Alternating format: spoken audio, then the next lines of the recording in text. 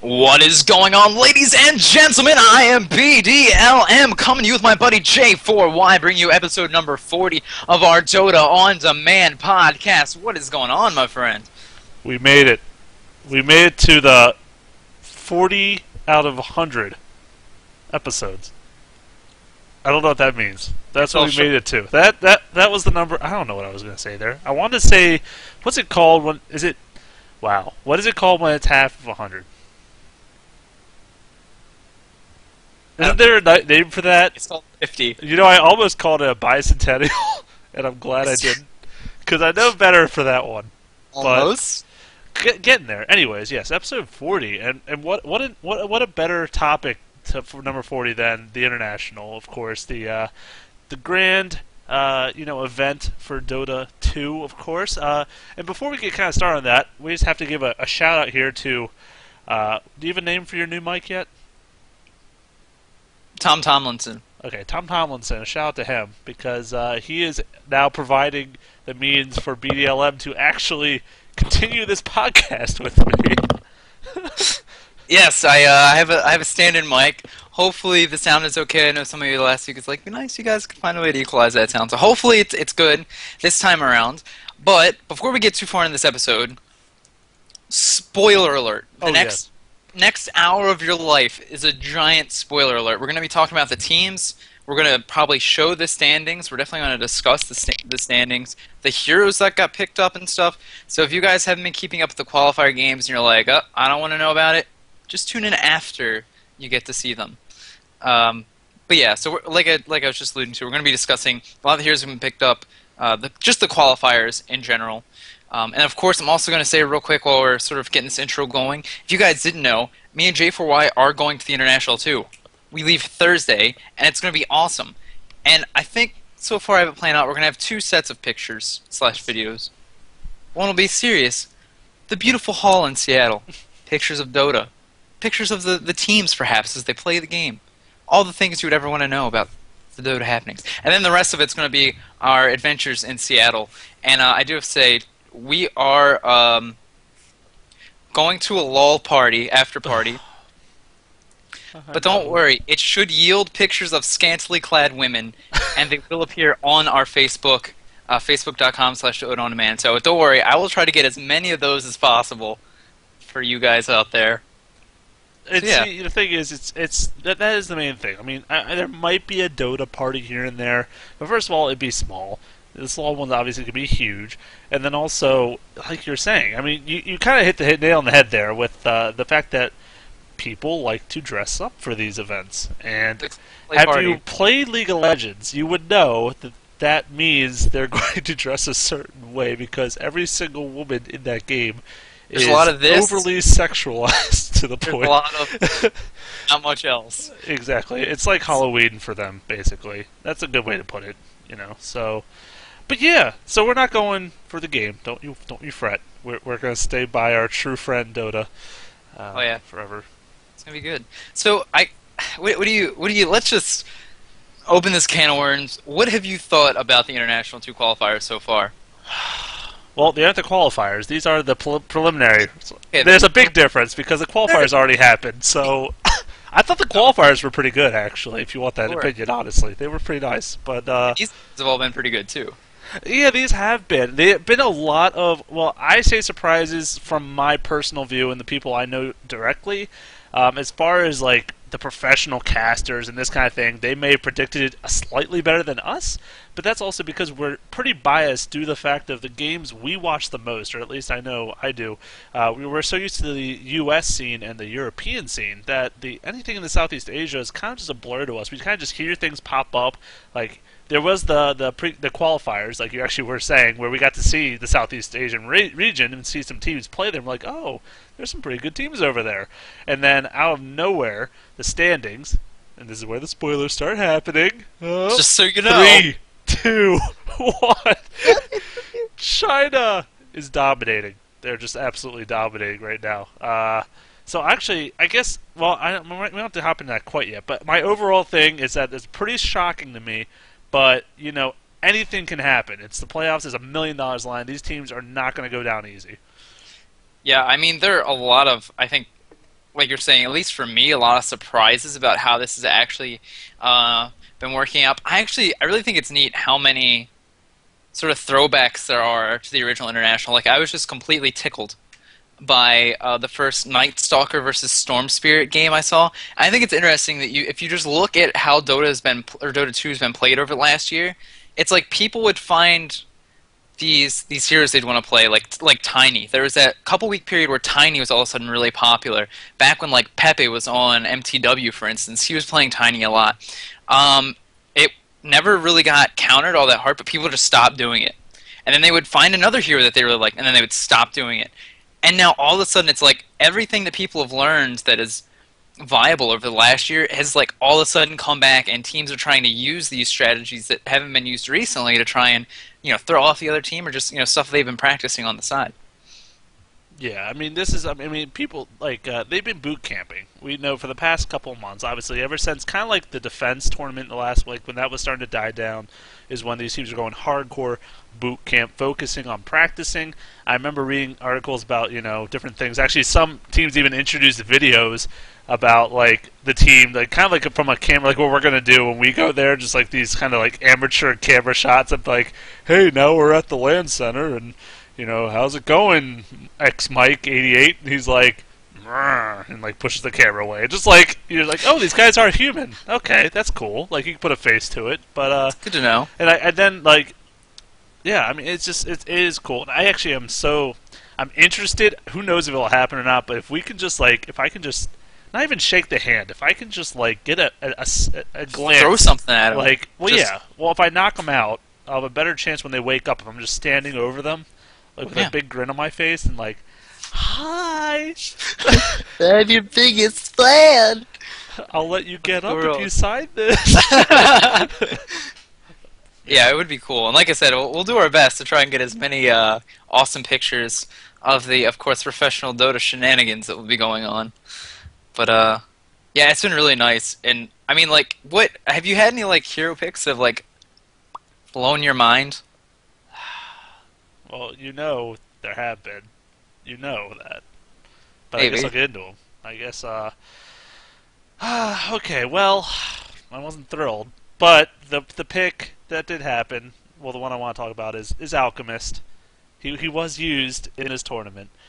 It was quite a surprise, needless to say.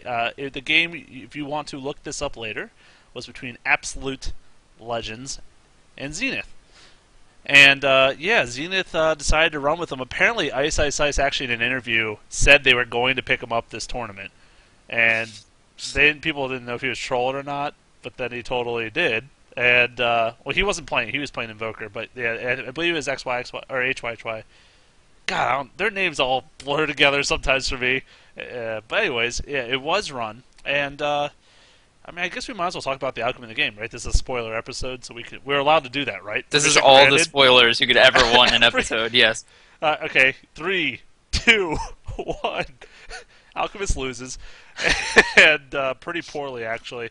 But the thing is that, when you go with a pick like Alchemist, and I've kind of trolled around a lot when I talk about getting him picked up at games. I just want to see him, but I want to see him played right.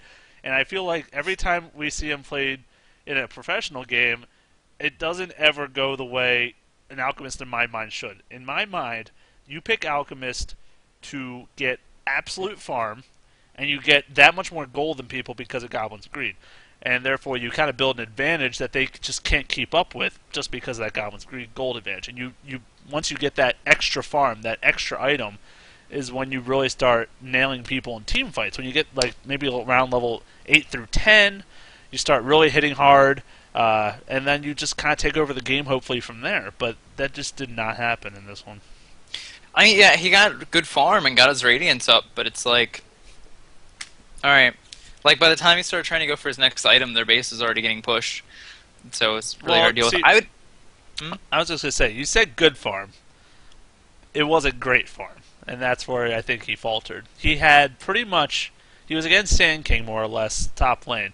It was a one-on-one, if anything. Sand King even roamed, so it was pretty much almost free farm you could ask for. And he didn't even have top creep score until about 20, 25 minutes in. he was getting out creep scored by like Storm Spirit on the other team or something. Like if you have that much free farm in your Alchemist, you need to get last hits. You can't mess that up. And I think he was unfortunately just not nailing it. Yeah, I think I'd be curious to see what an Alchemist would play like. Like, if you guys remember, Dare ran Doombringer for like a week, where they didn't go for Radiance. They went for like all our items, and they actually used him as sort of, I guess, the main sort of part of a push strategy where he would just supply like the Vlads, Assault Curious, Drums of Endurance. You just have all the stuff, and the other team couldn't kill him, so he was just constantly providing these bonuses to his team. I wonder what you'd be able to do with that on Alchemist. Yeah, that's true. And I mean, actually, all right. So his ability went, like you said, he pretty much got boots. He had some health regen items, and then he went straight for that relic to go to Radiance, and he got that probably in the lower 20, mid 20 range, I would say, time wise, which wasn't terrible. It wasn't great either, especially for an Alchemist, but he got it nonetheless. And then he started building an Assault Cuirass. He got the armor, Plate mail, the plate mail, as well as the chain mail. He had those both bought, but by that point in the game, when he started buying those, they were getting pushed, and it was already over. But and we've seen a different couple of variations. The other game, now I'm trying to remember who it was. It was a different team. It was not in this tournament though. But that Alchemist decided to go a really quick Vanguard first item, and then he started trying to save for his relic. Do you remember what I'm talking about? I think you can correct me if I'm wrong, but I'm pretty sure in this game actually he went Vanguard after he got the Radiance, and then started. Oh, going you're for right. Assault No, Curious. you're right. Okay, he did. Yes. So apparently Vanguard's valued on these pro players for this hero. Just the order might be a little different for each one. And I personally agree. I think Radiance, if you're going to go free farm, I think it's better to get that than a Vanguard. And the thing with Vanguard, this is kind of like a little sidetrack, but unless you're in like a heated lane or getting ganked, or you just fear pressure or something like that, I feel like that's really where Vanguard shines. But if you're like in this case, he just had free farm, didn't get ganked like at all, pretty much. Maybe like one or two times a hero would lurch up there. But for the most part, he was safe. And if you're safe, why would you build a defensive item? You know, if you're a carry. That's just my argument. That's actually something that I ran across in some of the casting of the Reddit League. There was actually a series where Naga Siren got free farm and just built Vanguard first item both times, and then when you needed her to do damage, you just didn't do any. Yeah. But I mean, like, yeah, in this situation, had free farm, so grab Radiance. Why not? That'll be great to counter push and everything. The hero that I actually was really excited to see day one was Disruptor. And I actually got to play, speaking of the Reddit League, I got to play some games with some of the guys from there, and from Audencia, Battletorn was playing with us. He picked up Disruptor, and I'm like, oh, okay, that's cool. We can see how he plays. And he just bought a ton of smokes and was just all over the map, using the wall, using the glimpse. I'm like, oh, that's really cool. I'm glad to see that it happened. And it actually got played like that in one of these games. AL versus Mal's, I believe it was. He was last picked, and he was ganking Kuroki in the middle lane, who was playing Windrunner, and would either wall her in so that Windrun was useless, or would glimpse her back in after she had Windrun away from it. Yeah. And it was just absolute great use. Unfortunately, I don't... Spoiler alert. I don't think we'll end up winning. And I know Disruptor was played a little less successfully some other times during that day. I know Complexity was a team that tried it, and Fluff and Stuff just really didn't have that good of a day. But it was really nice to see, because when we even had our episode about Disruptor, we're like, gets picked up. So expect to see him from here to there. I think he may have gotten picked in a very small number of professional games, but it was nice to see him, especially on day one. He was picked up quite a bit, but then like nothing day two, which was kind of weird. Yeah, Disruptor actually, according to, by the way, maybe we'll try to provide links for this on our Facebook page, but I'll still mention it. This is Dota-Academy.com. And in their site, they have statistics for the whole tournament so far, so all 3 days of games played. And this is just a wonderful tool. If you want to get kind of a feel of how different heroes have been kind of being used or been played, or who's been picked up a lot, who hasn't, perfect site for it. And we're going to be using this quite a bit today, I'm sure, to find out different things. But I was looking at Disruptor. He's only won 1 game out of 6 being picked up so far. So not having the best of times here.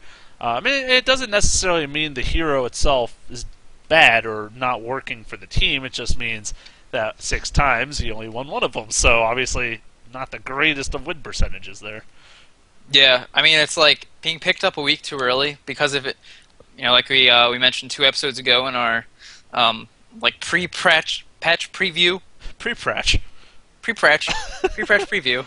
The wall will not be force staffable. You won't be able to force staff through the wall that Disruptor builds. So hopefully he'll be picked up a little bit more. But it was just great to see him. Like a lot of heroes really that like Wisp got picked up a bunch, which I was super excited about. Wisp Tiny combo just owning faces. It was beautiful. Yeah, Wisp was definitely used well this game. He was also picked up with Chaos Knight, the likes of Chaos Knight, in a game or two. Yeah, anyone that obviously is super strong ganker makes Wisp really strong in general. And also, I remember seeing that tiny, like you said, tiny Wisp combo used for the likes of backdooring just in the late game. Like, they had to be wary of that possibility on the other team because when you're against a Nature's Prophet, you're like, oh, he can TP in and he can start killing you, but he can't do tons of damage. He can start whittling a tower down, but he's not gonna like drop it instantly. Tiny with a Wisp, yeah, that's gonna drop a tower when he gets that Aghanim Scepter, and maybe if he even has an AC or some kind of attack speed. I've seen Mask of Madness picked up once or twice this tournament on him after that Aghanims. Yeah, he's gonna like just absolutely obliterate, even with protection or the the regeneration that comes, the backdoor protection. Backdoor protection. He can still kill it just because of how much sheer damage he does to buildings. But yeah, I mean that's the one thing I love about that combo because like when we talked about Wisp on Wisping Through the Moonlight, the title of the episode that you're so proud of, I've mentioned like Wisp is almost more like an item than a hero, and especially when you look at him being paired with Tiny, it's like okay, in the professional scene, what like 3 big items would you love to see on a Tiny? Blink Dagger, Aghanim Scepter, Assault Curious. Relocate. The Aghanim Scepter, obviously, you need, but you have the Overload on Wisp giving attack speed, so he really does make up for a lot of the item dependency that we've seen Tiny need Teeny in the past. Yeah, that you got it. You understand. Yeah, no, the attack speed boost is. That's why I think he is run with like those strength tiers a lot. Like I said, Chaos Knight as well. I mean, they're hard hitters naturally. If you could give them that attack speed boost, some way organically without having him to build an item that gives attack speed, then yeah, he's always just gonna put out a lot of damage. I mean, of course that works with agilities here too. You give them attack speed, they're attacking just that much faster.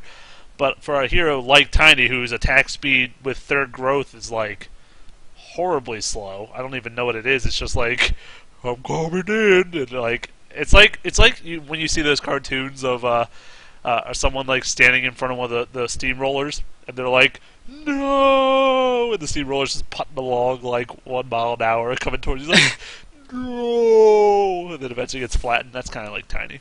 Yeah. Great. That was the Wasn't that the best visual, way? let me tell you. Everyone understands now. I know. It's great. I think the other big hero that was great to see, also not so successful, Spirit Breaker. Yep, he was picked. He was picked, all right. There was something about Complexity it. versus Dare. You should still, if you haven't seen that game, you should still go watch it because, Jay, because I was telling you when I was watching some of the games, I bought the Complexity Pennant. I was like, there's no MTW one. That was probably the one I was going to buy. But I'm like, I'll show some good old America support.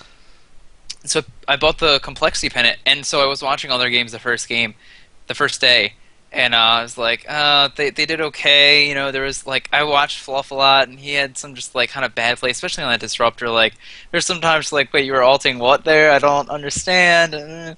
But that game was just fantastic, and even though you could say, well, they were against the Spirit Breaker, how are you going to do bad? But, like Fluff especially was like had some great body blocks with Chen creeps. Hannah Montana was doing fantastic on the Tide Hunter, as he generally does.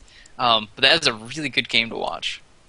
Yeah, it was exciting. It was what was it? It was like 20-something kills in like 12 minutes or something. Like the kills per minute was just off the charts. Like constant action back and forth. Yeah, really exciting. Of course, you want to, as much as of course I'm an American fan here, I was rooting for Spirit Breaker to work. I want to see one of these off the wall picks do something effective so teams like sit back and be like, whoa, did we just lose to a Spirit Breaker team? What's going on here? And then maybe start like, well, maybe we could use that kind of, because the lineup they had, at least the 3 key ones, 3 key heroes, I should say, it was Spirit Breaker, Night Stalker, and Templar Assassin. So they had 3 like major gank craziness heroes, and I mean, together on paper, you'd be like, well, that's awesome. They're going to wreck people. But the way Complexity played was really smart, really defensive, and they knew when to TP and support and that kind of thing, and that's what really turned it for them. Yeah, I mean, the other thing, too, when you have that sort of gank lineup, I mean, Complexity had Chen. So it was like you go in on somebody like, well, at least I can buy you a little bit more time. And it was actually kind of funny how slowly Night Stalker and Spirit Breaker killed people in the later parts of the game. Like, they would try their little hearts out, and you're like, oh, Spirit Breaker ulti, okay, Void, oh, the person's still alive somehow. They've been here for 30 seconds. I'm kind of confused. But, yeah, I mean, they played against it really well. And this is another hero, too, where it's like, if you had just waited till next week, there might be that Dota 1 patch where the Charge of Darkness wouldn't be so obvious. And, you know, you might be able to get some sneaky ganks in here or there. You are such an optimist saying a week after the international. Fingers crossed. You're such Fingers an crossed.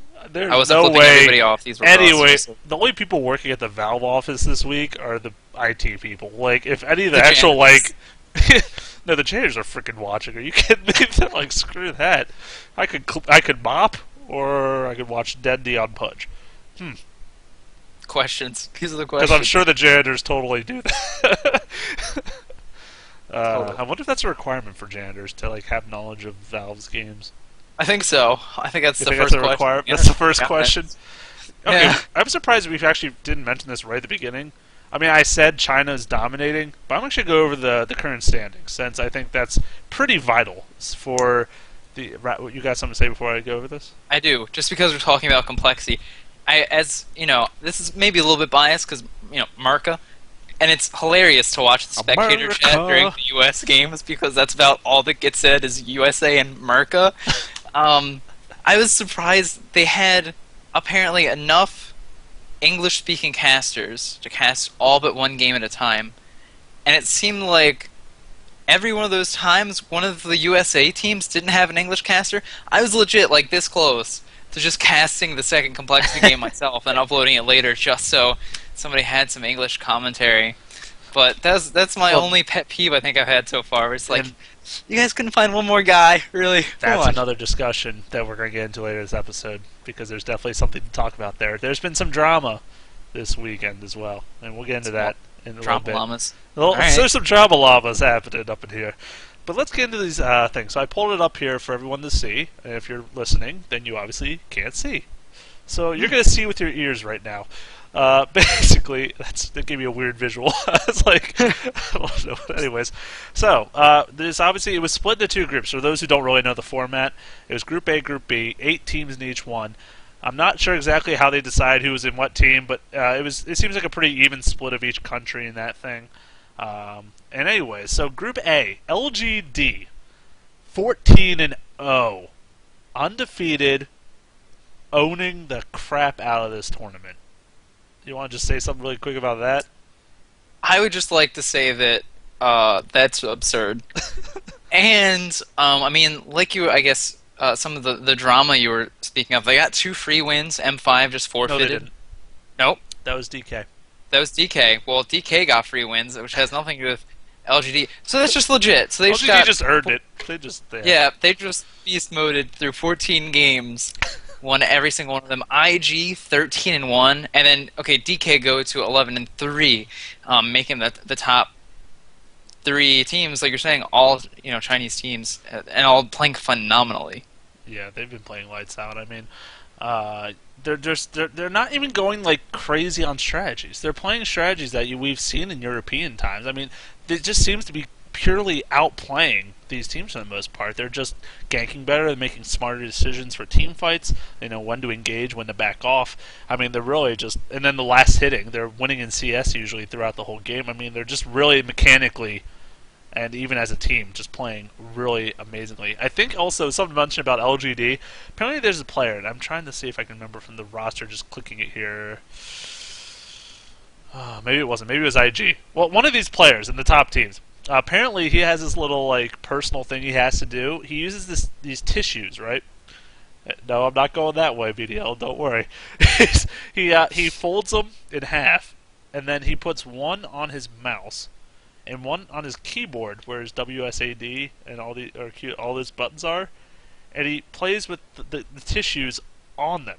So I don't know if it's like a germaphobe thing, or it's just something now he's just gotten so used to doing. And apparently, throughout the games, he'll rotate the tissues and like flip them over. And so someone to be account like, if you see him missing a CS in 5 seconds, it's because he's flipping over his tissue. I'm like, are you serious?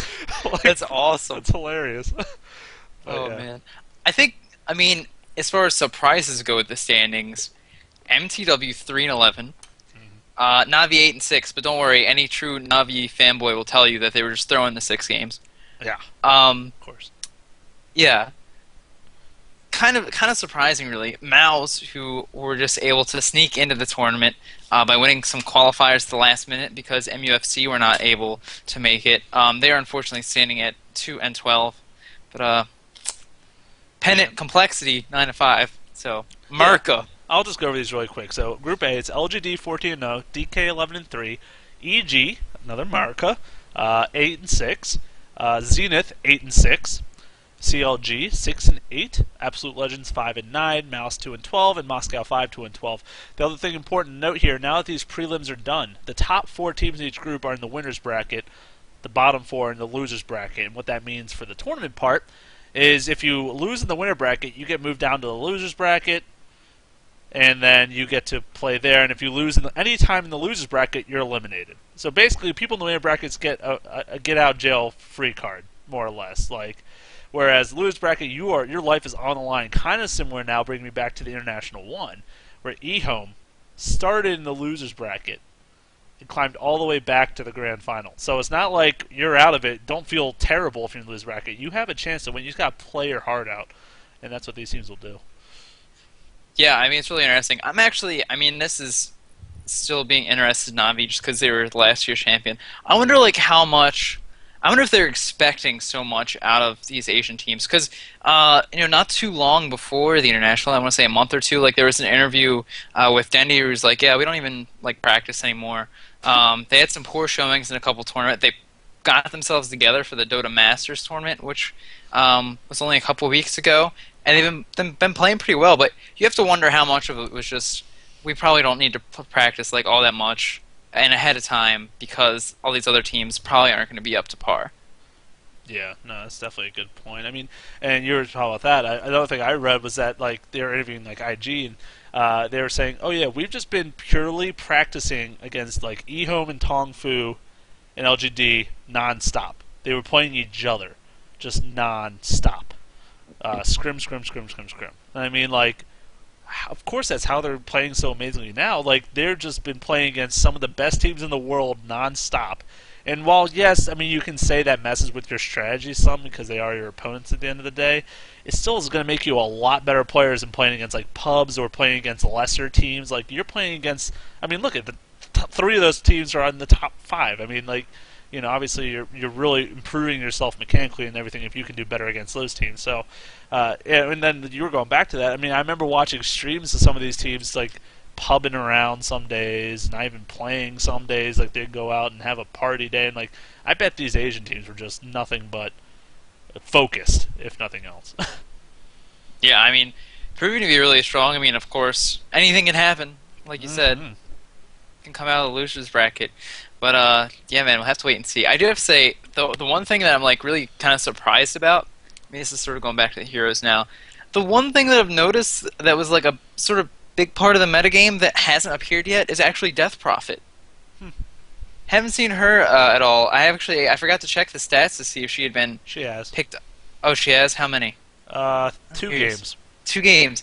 Yeah, so I actually expected to see her a lot more. Yeah, especially because she actually had 2 brief stints, really, where she was really popular for a while and teams were picking her up, and then nothing. Yeah, 2 games, 0 wins, so not having the best of times. Averaging around 330 gold per minute. So, I mean, she was doing okay. Nothing great, obviously. And, I mean, it is kind of surprising because you see a lot of aggressive teams, but, to add to that, that would mean, well, Lone Druid. I mean, he's been just, we might as well get into this now. Who's been picked a lot, banned a lot, that kind of thing. In fact, I'll even start sorting it in this awesome list here on Dota Academy. Lone Druid, I kind of expected it, but has been picked and banned a ton. 75 times total, according to Dota Academy here. And I mean, it's a 50% win ratio he has. That's pretty good considering the amount of games he's been picked up. Yeah, I mean, after especially like me watching the first day, I Morphling is another hero who just seemed to be in every game. Picked banned a total of 83 times, 60% win ratio. Ridiculous. And it's funny because we're looking back at some of the International 1 statistics, and of course, Anti-Mage, which is running the show, I believe was picked or banned 90% of the time.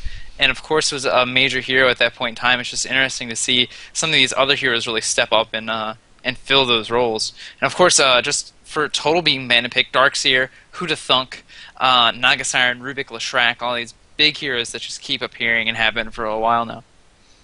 Yeah, obviously Darkseer to be expected among the top there, but yeah, I mean, and we go back to the fact that Anti-Mage was used all the time, and he's barely. In fact, how much has he been used in this tournament? It's okay, 18 games. That's modest. I mean, that's not bad, but that's like half a lone druid. That's like a third of Morphling. I mean, like it's not nearly. Morphling was like the joke pick in the actual one. Like he won maybe 1 or 2 games out of like the 8 he was 7 or 8 he was playing. He was like barely picked up the whole tournament, and he barely won any. And everyone was like, "Oh, Morphling! Why would they pick Morphling back then?" Now it's like, "Oh, duh! They're gonna pick Morphling in this lineup." Just shotgun morph out of nowhere has become like one of the most deadly popular things that has been seen. Yeah, I mean, there were a handful of times where he gets first pick too. I mean, just to show you, like, oh, we got through the ban, grab him. We need him. Let's do this thing. Just such a critical hero in this. And it'll be interesting to see how much he shows up when it actually comes down to the brackets. I assume it'll be still an absurd amount. Oh yeah, he's not going anywhere anytime soon, just because of the fact that they're not, I don't think they're planning on changing that hero at all, and unless anything really drastic. And that's the kind of hero. I mean, like he's good at pushing, he's good at burst damage, and he's good at surviving. Like he fills so many of these roles for a carry that like how could you not think he's never going to drop off. I don't see how that could work. So yeah, I think he's going to be around for quite a while. Some heroes that haven't quite made it: Sniper, Drow, QQ. You were asking me who you wish I would see this tournament, and I told you Sniper. I just wanted to see him picked up. He was used in the first international like twice or something. I don't think he won either game, but yeah, I was like, I just want to see a team pick that hero and like show me why he can be effective at all. There has to be a way. There has to. I mean, if he's not balanced, then they would buff him, right? I mean, that's how I see it. Yeah, there's a way. There's somehow. But I mean, again, to just go back to comparing both the internationals, Ancient Apparition was actually huge in International 1. I believe he was the second most picked and banned hero. Actually only picked 6 times, wins 1 of them. Who were you saying? Ancient Apparition. Thank you for listening. Oh, I usually don't. Yeah, I mean, well, of course, yeah, he was really, really popular back in the first one. He was ran as support, he was ran as solo mid, he would just do a lot of different things. Well, not jungle. So I guess those are the 2 things he would do. But, I mean, yeah, I mean, he was really effective. And, I mean, that was also back, I mean, not saying that Chen was picked 48 times, so obviously still very popular. But when Chen was in, like, what was his ratio in those games? Pretty common, right? You saw him picked up quite a lot. I would have to assume. At least I remember Na'Vi picking up a lot. Maybe I'm just Ban biased. picked 35 times, when Anti-Mage being the most was only banned and picked 47. So that's pretty common. Yeah. Yeah. That's pretty good. So, I mean, and of course, I'm not going to say it's like a hard counter to Chen, but if you can put that debuff on all of or most of the team, and then Chen's heal is not off yet, or mech, you know, it really prevents that heal, and it can be really effective in that team fight setting. So I think you mean? I think you said AM. But, yeah, AA. Well, I did mean AA, since we've been talking about it. So yes, apologies for the letter difference. Yeah, so I don't know. I think that might have something to do with it, but yeah, obviously not very used anymore. Yeah. I thought it was neat, too, just the times that I was able to stand spectator chat. One of the things I thought was really interesting was a lot of people were kind of confused by some item pickups. Mech Beastmaster, Mech Tidehunter, and people were like, why? What is going on here? I thought it was interesting and just something probably worth bringing up, especially at this level of play. like people aren't looking at individual heroes so much and saying, well, what does this hero need or what do they normally build? Like, we need a mech. Who can afford a mech? Okay, Beastmaster, get the mech. You know, TIE Hunter, get the mech. And I thought that was just something interesting just to point out about just in general how the games have been played. Well, that's not my recommended items. I Yeah. can't build that. That is very true. I mean, we've kind of seen that happen along the way with Nature's Prophet, for example.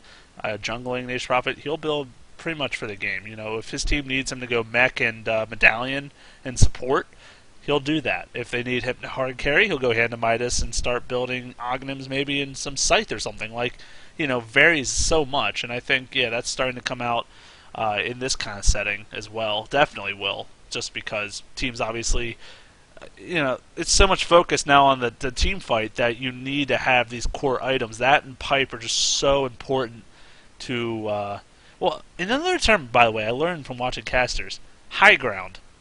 I hadn't heard it called that until this tournament. When you're pushing the Really? tier 3, and they call it high ground. Yeah. Like, they didn't even call it tier 3 tower, they just called it high ground. And I just never heard that term before. Really? I was, so if you ever hear that in a cast, they mean tier 3. All the noobs with me will understand. Well, no, I mean there are other areas of the map with high ground, obviously, but those are well, big that's ones what they were because referring it's to changed. when they were saying it, when I heard it. Oh, They were talking okay. about them pushing, they're trying to now push the high ground. And I'm like, what? Oh, the tier 3. Yeah, they are. Okay. Yeah, all right. Anyways, I just felt like throwing it out there. I don't even know what I was talking. Oh, because I was talking about team fight stuff. Yeah, Yeah. yeah, that. But yeah, I think that is cool. I don't remember any other real situations like that, but I'm sure they happened throughout the whole thing. So, cool. What kind of? I mean, what do you think is really going to be? If you had to predict, like if there are any sort of pocket strats left, Hmm. what might you think would appear? I wish I had my list of heroes pulled up here. um, Give me uh, a second. no, I mean, like, the thing is, they've already gone with a couple of the things I would have guessed weren't going to show up this early. I was like expecting the Wisp to come out later and like really throw people off guard, but he's come out early. He's come out starting right off the bat, and I think that's really awesome to see. I mean, the Pudge has already came out. You know, Dendy, of course, playing that, but some other people as well. And yeah, I don't know if there's too many hidden strategies here that's going to make a big difference. You know, they're really just still focusing on the meta we're used to, more or less, and then maybe a nice sprinkle of a new hero here or there. I don't know. Do you have any ideas?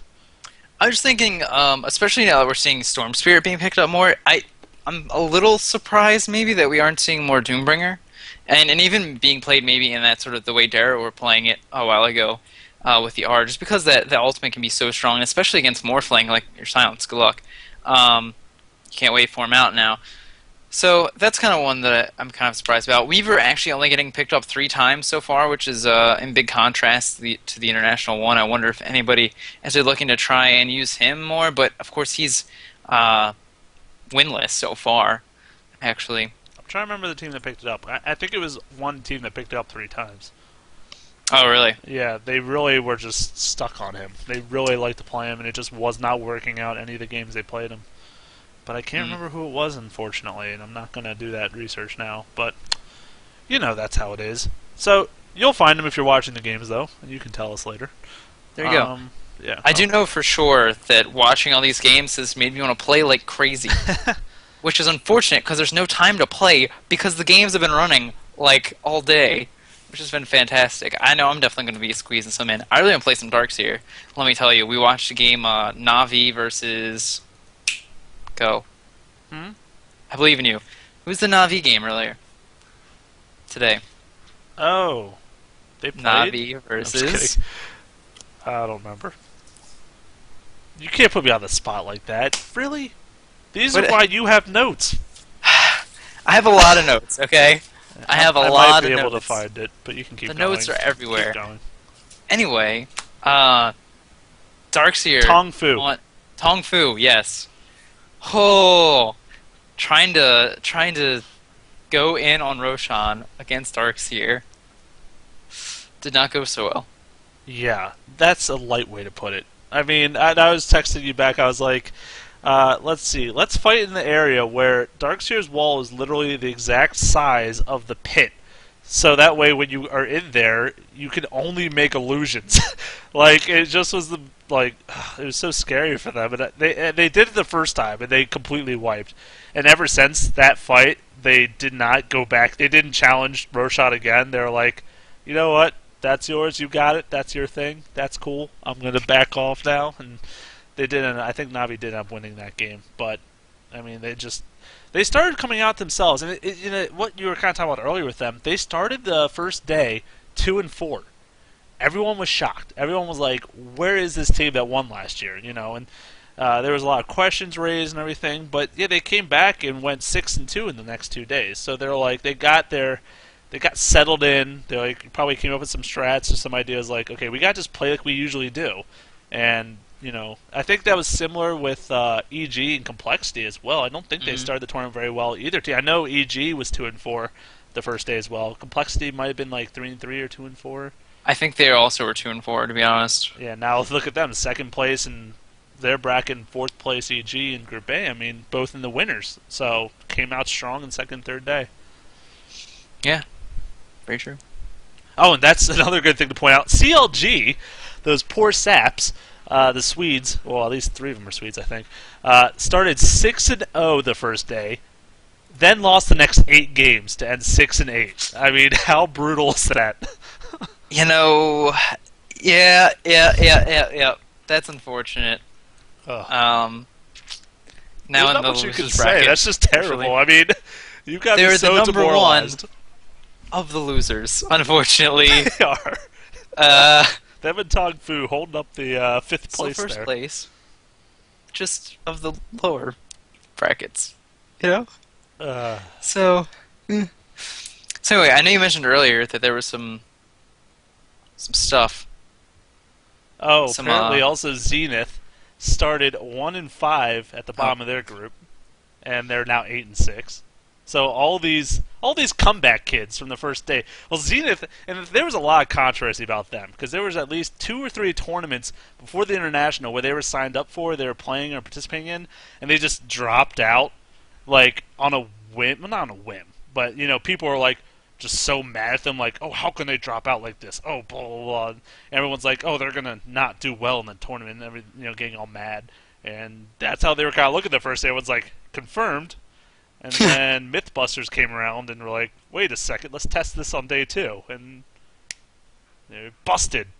There you go. What other... You mentioned some controversy earlier. I don't know if you're... Well, I'll bring up... There's been 2. I mean, okay. The first one, and I guess we've kind of already mentioned it, but I do want to just go over it just a bit, was the fact that today Moscow 5 was supposed to play DK, and they forfeited their games. This is the first time this has happened in international history. Fall to the storied history. It sounds cooler when you say it like that. Like, in the history of the internationals, this is the first instance. So M5 was 2-10 going into these 2 games, and DK, of course, was 9-3. So both were more or less positioned to stay in each of their winner and loser brackets. Of course, M5 was. There's no way they're going to come back into the winner's bracket. DK could have possibly, if Zenith had won both games today and DK lost both or something, like there could have been maybe a possibility they tied in some position, but Moscow 5 just decided they're just going to forfeit, and they did not play their games, and this really lit a fire under a lot of people in the community. A lot of people were very angry at this decision, calling it things like unprofessional, bad for esports, for Dota, and all these different things. And of course, Valve is the one that agreed with this decision, because otherwise they could have stood. They stood by it. They haven't like said anything as a result yet, but they haven't like disqualified them or anything. So obviously they're still in the tournament, going to play in the losers as far as we know. So I don't know. Do you agree with what people are kind of initially saying here?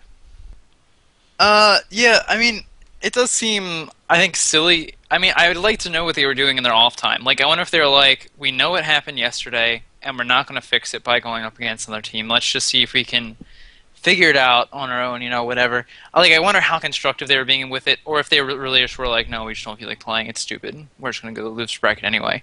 Because then, yeah, that's kind of stupid.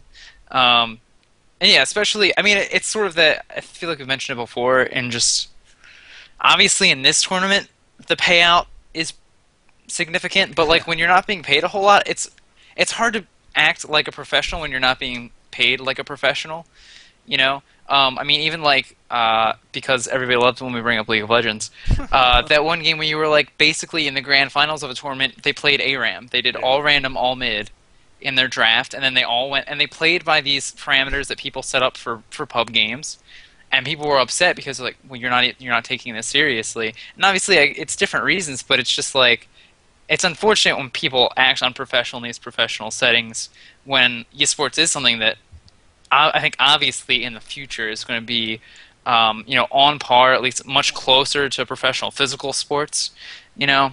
Well, So yeah, and I definitely completely agree with you. I mean, we look at StarCraft in the SEA region. If this shit, and excuse my language, would never happen there spoiler in alert. those arenas. Yeah, spoiler, Jay curses and goes crazy. Crazy in Seattle. Oh no, Sleepless in Seattle. That's what the movie's called. Maybe Close. that's what we should label our Close. episode. But yeah, I mean, like, I just don't think that would ever happen in those situations. I don't think those players would be allowed to say, "Oh no, I forfeit," or I don't feel like playing." Like they would lose all their sponsors. Everything would go completely downhill for them, and they would probably have, they wouldn't hear of it again. But in this case, they're like, it just hasn't gotten to that point yet. We're still the esports scene here is very amateur. Of course, Dota is still in beta. It's not even, or Dota 2 is, it's still in its infancy. So they're still probably trying to handle this delicately without like making too much of a flare because they want everything to go as smooth as possible throughout this whole thing. How hilarious would it be if M5 won? Oh God, the, Uh, oh my God. No, I couldn't even begin to imagine what would Be- happen there. because I could totally see Valve like 2-10 anyway. They're gonna get eliminated. It doesn't matter, but it'd be hilarious. I wonder now what Ehum's one. record was in the first international when they were in the losers bracket. I bet it wasn't These are as the bad as questions. that, but well, that's what Probably I was not. hoping when I said that you would start googling frantically. But Mm-mm. apparently that's just not the communication we have going here. No ESP at all, or ESPN as I like to call it sometimes. Oh, speaking of ESPN, so what that was compared to, that forfeit, was people saying two events. There, one person compared it to, of course, the Olympics with the badminton team. You didn't hear about that? No. Really? It was oh God, who are the teams now? It was like I think it was two Asian teams, I believe, and it was women's badminton, and they were just hitting the little what was that thing Birdie? called? Shuttlecock into Oh yeah. the like right into the net. These world professional, best of their country, were just, you have to watch that video. It's the saddest thing. And the stadium was roaring with boos, just constant booing. Everyone was pissed off, and like, yeah, they just on purpose. You could tell, or like they'd hit it, and then the person would like miss the hit back or hit it back into the net. Like the volley didn't get past two or something between these professional badminton players. And then towards the end of that match, the ref came up, and you could hear him. He was mic'd, and he was like, "If you guys don't start playing for real, you guys are disqualified." And like, sure enough, they did get disqualified at the end of that match, both teams. So it's kind of like they're trying to compare it to the same vein or train of thought. They're like, dude, you're supposed to be the best of the world. Play these games like you're the best of the world. That's it. Yeah, that's a great comparison then too, because yeah, I mean, this is the international once a year for $1,600,000 in prizes. You should be trying.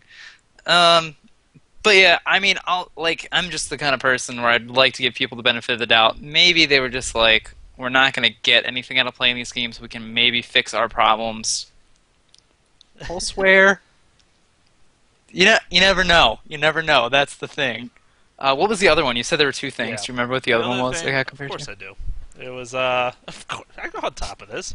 I keep up with Reddit. One of us does. So, so Tobi involved our Australian redheaded friend, basically friend of the show, aka he doesn't know us at all. He there was this big deal about him refusing to cast certain games he was assigned by Valve. Instead, would use Dota TV and cast games he wanted to cast instead. So obviously, this was a big Jay, I'm fine with controversy. that. Because That means for TI3, Valve's gonna be like, we need someone to dress up like Axe, we need someone to dress up like Tide Hunter. I'll be like, what's up? I'm in like a shark fish suit. Let's go. Shark Got my fish anchor in hand. Whatever Tide Hunter is. Oh, his hat thing. Oh, Well, we'll be ready, man. How? well, that's Want me to jump through hoops, Valve? Okay, let's do it. I'll gladly do it. that's part of it. I actually, Sheever and Triumph of Man were able to step up to the plate and start help casting. Valve let them do that, and that's really cool because, like we were saying, while the majority of casters are English-speaking ones, it's still not enough to cast all these games that have happened. And, it's of course most of these have been duo casts and not solo casts. It obviously provides better entertainment, and that's why, even though there's like 8 casters, it's really 4 sets of casters for English. So you're not getting full coverage, and they're like, hey, I know you guys are pretty popular among the scene, and obviously you guys want to, and sure enough, they've helped out cast a good amount of games, and it's been pretty nice. But anyways, back to my controversy. Didn't finish. That's what it was initially. He did actually apologize on the Reddit, though, and kind of explained it so people had a better idea, but, his initial saying was like, yeah, well, I knew which games personally would be more interesting, and therefore I wanted to cast those. And he said he didn't like the system Valve came up with to assign casts. He said we should have been able to maybe have more input as casters to which games we wanted to cast, blah, blah, blah, blah, blah. But obviously, and then people responding though saying like, this is a terrible attitude. Obviously there shouldn't be any favoritism in casters, at least at the preliminaries here. Everyone should get free chances at really good games regardless. And even if it's not like the best game, all these games were still pretty good for the most part, or exciting, I mean, we like we said earlier, the Complexity Terror game was not, I would say, close. I mean, it wasn't completely one-sided, but okay, Spirit Breaker, good luck. Right? I mean, pretty much from the beginning, you're like, this is either going to be the greatest game of Dota you've ever seen, or Dare's going to get rolled. And it was still a great game to watch, had fantastic fights in it, and was still awesome. And, like I said, I was considering just like, I'll cast it, let's do this thing. That's just unfortunate. Especially, but that's okay though, like I said, I'm okay if the Golden Boy falls and they need BDLM J4Y to step up to the main stage next year. I think I can live with that. They will. They're going to be begging for us by then. We're going to be so dang famous that they're going to have a choice but to offer us... They're going to offer us one of the $1 million games. I mean, not games. They're just going to offer us $1 million. Yeah. And then we're going to cast the $1 million game. And that's it, just the $1 million game. What do you think about that? Pretty logical. Like Apparently, Envyuk. Wow, I'm sorry I butchered your name in chat so much. He does it. That's okay. He'll never come back and watch. Said you guys should cast Zenith versus CLG game 2. Did that not get casted by an English team? I'll do it. We'll consider Dude, I got nothing but time. Well, I man. can tell you, I know who won because we've obviously spoiled it for ourselves. But well. Since I said CLG went 0-8 after their first day, but maybe it was close still. I mean that's anyways, just something to point out. Yeah, and I mean he even pointed out too, like Keeper of the Light, another great pickup. There were a ton. Juggernaut got picked back up, and True. I cannot tell you how much I miss Juggernaut because he actually was like the perfect answer to the problem at the time, because when he was getting picked up, it was all about the AoE team fights, and Juggernaut is invulnerable for most of a team fight, either spinning and just being immune to most spells, or ulting and just not being targetable. And so it was just great to see him again. I'm trying to remember what other heroes I was just like, thank you. I wrote them down, but I got like 8 pages of things, so maybe not so useful anymore. But yeah, there were just a bunch of great picks. Yeah, and actually, speaking of great picks, now I get my little notes. See, this is mine. I'm holding up. It's one post-it note. I had a second one. But I have pages. I had a second post-it note. Actually, half of this post-it note was my authenticator code. So I'm glad the world just saw that when I put it up in the camera. Now everyone knows my Blizzard authenticator code. You're welcome. But yeah, anyways, it was MTW versus eHome. And I was telling you this when I watched it, but they were against a Chaos Knight and a Morphling, and they decided to counterpick with Outworld Destroyer. And I just thought, finally, teams are like making smart choices. And like, And I mean, not saying okay. I'm not saying finally. They've happened throughout, but like that to me just hit home so hard logically. I was like, they put thought. Whoever drafted that for him to do real thought to who they wanted to hard carry. They're like, okay, Chaos Knight, Morphling both have illusions throughout the whole game, or images or whatever you want to call them. And obviously, Outward Destroyer's his what's it called?